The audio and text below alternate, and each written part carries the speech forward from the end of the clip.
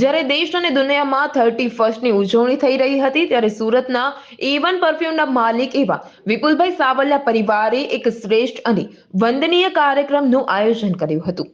વિપુલભાઈના દાદા ગોકળભાઈએ કહ્યું કે મારે સાધુ સંતોને રસોઈ આપવી છે અને મારા આખા પરિવારને તથા બહેન દીકરીઓને જમાડવા છે। આ વિચારને બધા ભાઈઓએ સાથે મળી નક્કી કર્યું કે તારીખ 31 ડિસેમ્બર 2023ના દિવસે સમાજમાં કંઈક નવો સંદેશ આપે અને તે વિચારથી તેમણે માતા પિતાનું વંદન કાર્યક્રમ યોજ્યો હતો।